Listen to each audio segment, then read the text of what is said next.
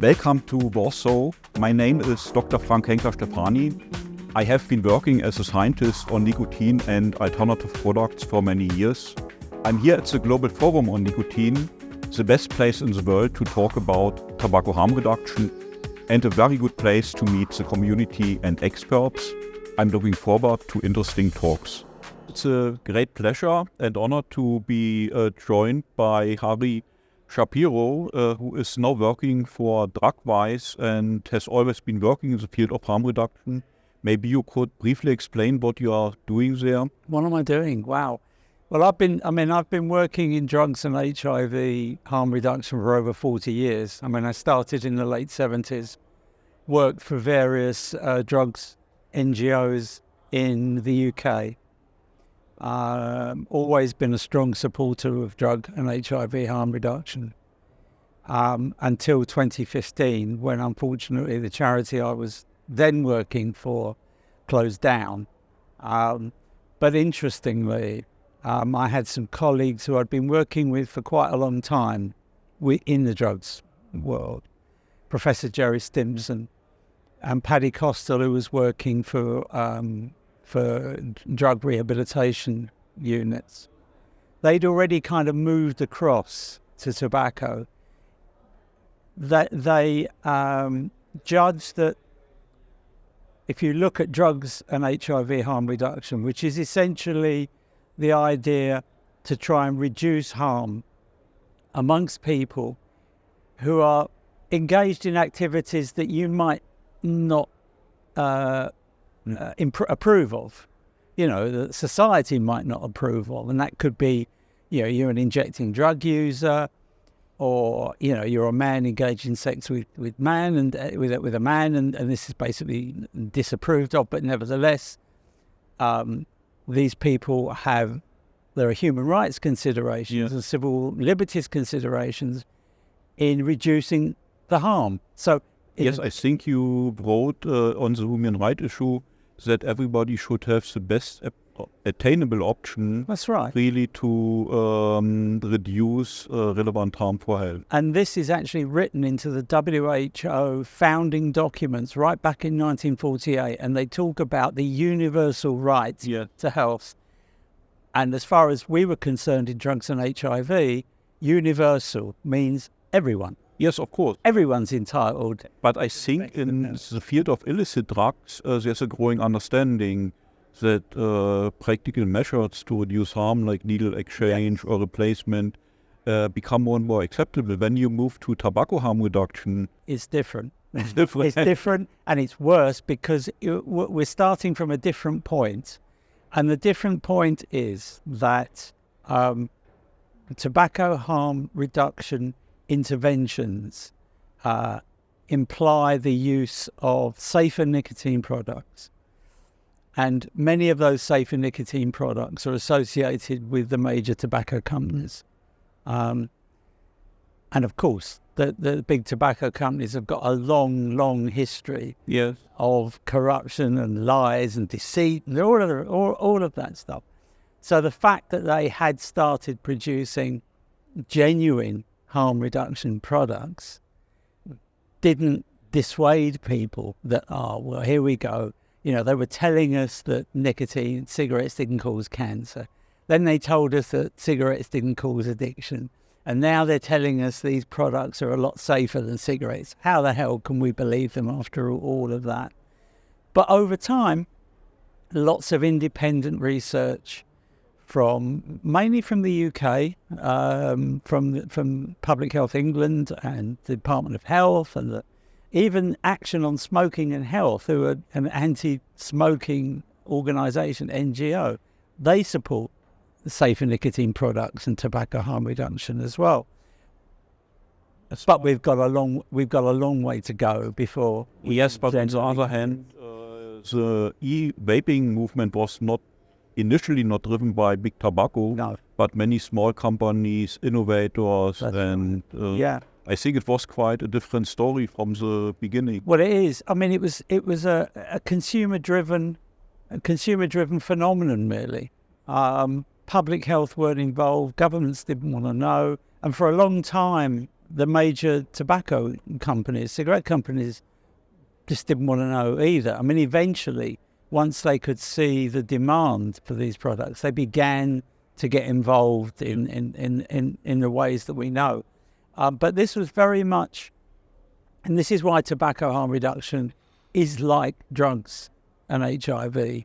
You know, people who genuinely cannot give up smoking, and they've tried and it's failed, and you try and you failed. I think it was someone like Mark Twain or someone said, giving up smoking is easy. I've tried it 100 times. Yes, some sort of quote like that. And they've tried nicotine replacement therapy. They've tried the patches. And I mean, I had a work colleague at Drugscope, which was the last charity. He was smothered in patches and he was outside the building smoking, you know. So it clearly doesn't work for a lot of people. But nevertheless, for those people, of which there are many, many, many, there is a universal right to health. You are the author, or one of the major authors of the Global State of Harm Reduction, which I think is a series of very important and well-written reports. But if you read them, you come to the impression that there is an organized rejection of tobacco harm reduction, that it's not accidentally, not only bad science, but that there are some driving interest, vested interest behind it.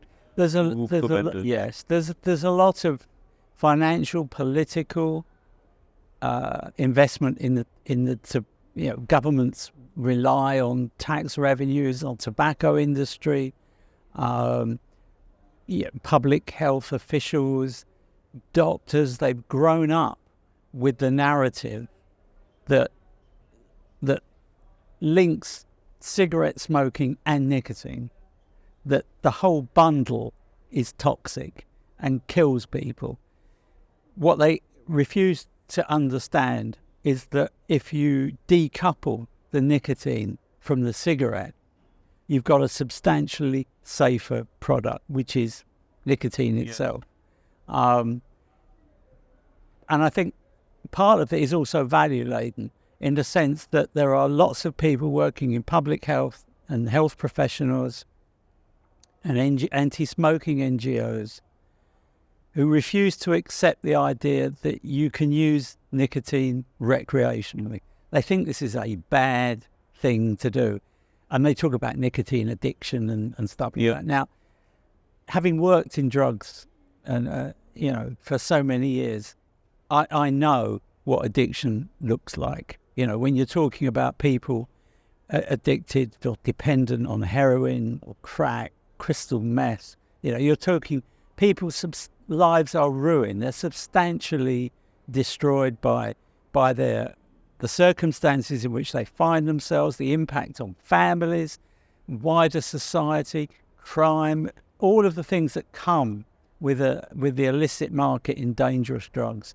Now, to try and pretend that nicotine addiction is the same, the same damage to society as it's a bit like trying to suggest that caffeine addiction is causing it's nonsense.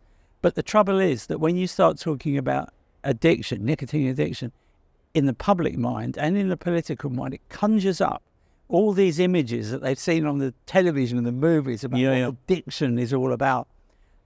So even where you get situations where organisations will agree or grudgingly agree that vapes or heated tobacco products or snus or pouches or whatever, they are probably safer than cigarettes. But nicotine is addictive. Because if nicotine wasn't addictive, then all these safer nicotine products wouldn't work. They wouldn't work. That's why people want to transition away from a dangerous product, which will kill half of the people who use it, to a much safer product where they can still enjoy nicotine, and they can adjust the nicotine level that they use, and they can do all of that kind of thing. But you can't really do that with a cigarette. I mean, a cigarette is a cigarette. But if I understand the report on harm reduction correctly, you would suggest that WHO plays a key role in the rejection of tobacco harm reduction, and The basis is, of course, the framework Convention on Tobacco Control, which is quite amazing because it, strictly spoken, doesn't cover e-cigarettes, but only tobacco cigarettes. Well, that's right. And what's interesting, well, there's two interesting points about the Framework Convention, which came into effect in 2005. Okay, so there was, apart from the earliest days of the e-cigarette was 2004 in China. So they hadn't spread anywhere else at that point. And yes, you're right. It couldn't possibly have taken into account new products because they weren't out there. However, Article 1D of the Framework Convention includes harm reduction in the wording, but doesn't define it. And there's another article in the preamble which says that parties need to be aware of the development of the scientific and technological developments. So you've got financial interests, you've got political investment in this, and you've got like I said, you have a deep antipathy towards the industry generally. Because it's shifted to a war against nicotine, the non-tobacco industries are now kind of wrapped up in this kind of, Darth Vader kind of dark side image of the whole thing.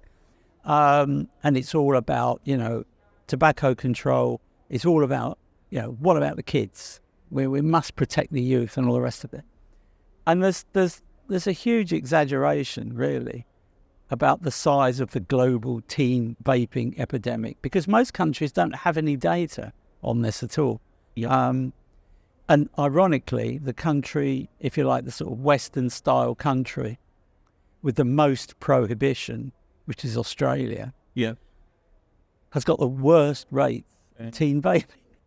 But wouldn't you expect now WHO to be forced by parties, by member states of the convention, really to adapt and adjust? Well, yeah, it's interesting you should say that, because by and large, the answer to that question is no.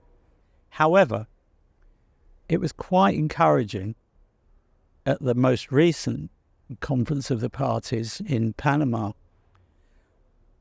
that, for people who don't know, these conferences, first of all, nobody's allowed in who disagrees with the WHO, right? But that seems to be a method. For example, the Framework Convention prevents or is attempting to prevent any contact of officials with employees of associations of tobacco industry, vaping industry, nicotine experts, so you get the impression that they really do not like critical questions. No, they won't. And it's a very interesting contrast with like the meetings of the Framework Convention on Climate Change, for example, and CITES on endangered species.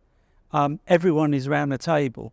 Yep. Everyone is around the table, but they're not around the table at Framework Convention on Tobacco Control meetings. But do you think the strict policy to prevent any contact is in scope of the original meaning and intention of the convention?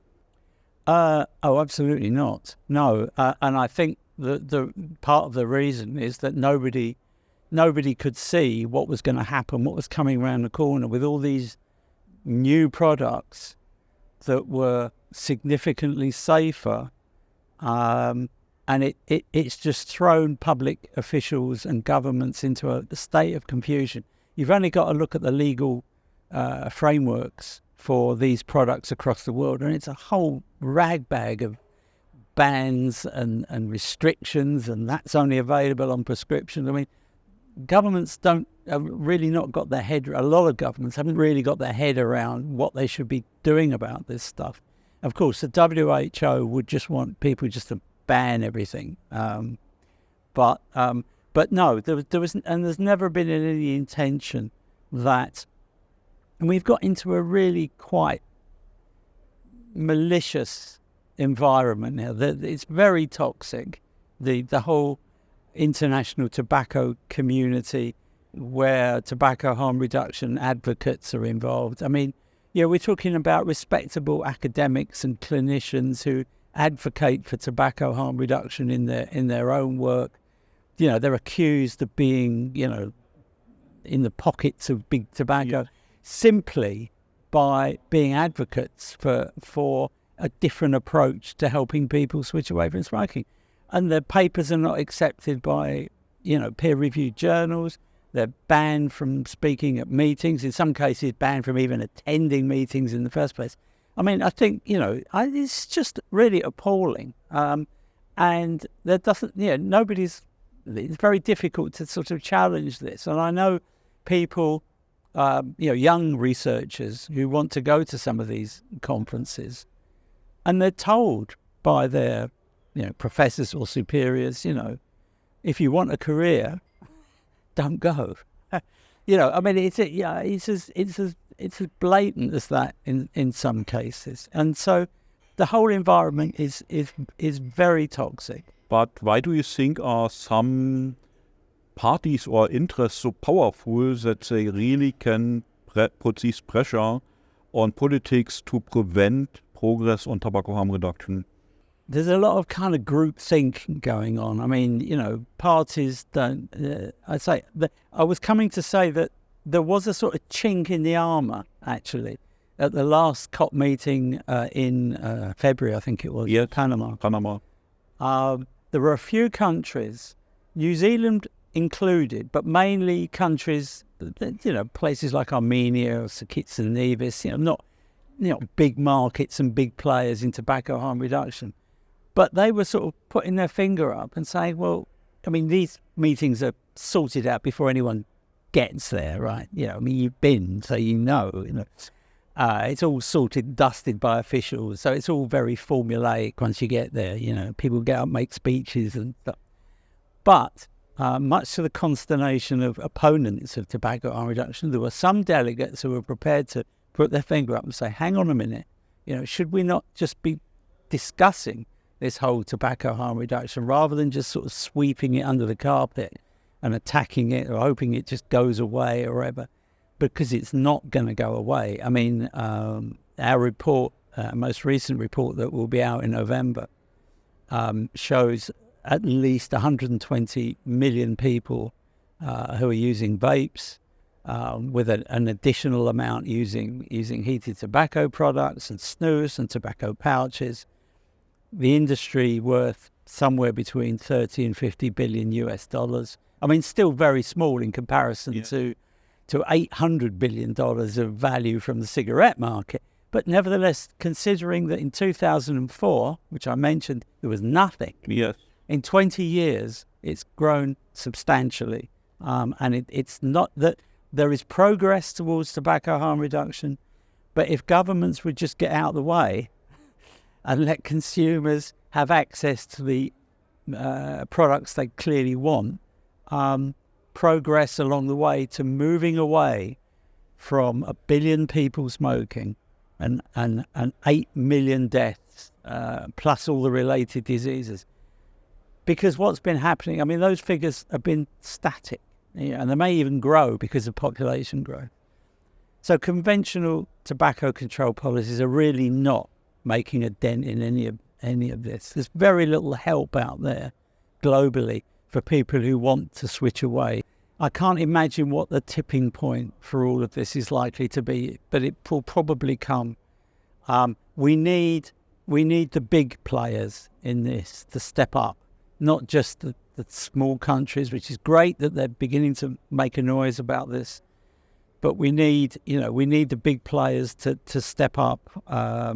We need more. I mean, we've got, UK, Japan, Norway, Sweden, Iceland, that are the sort of 5, if you like, flag bearers for proportionate allowing a reasonable amount of access to a range of products without over-taxation and over-regulation. But that's 5 countries out of 195.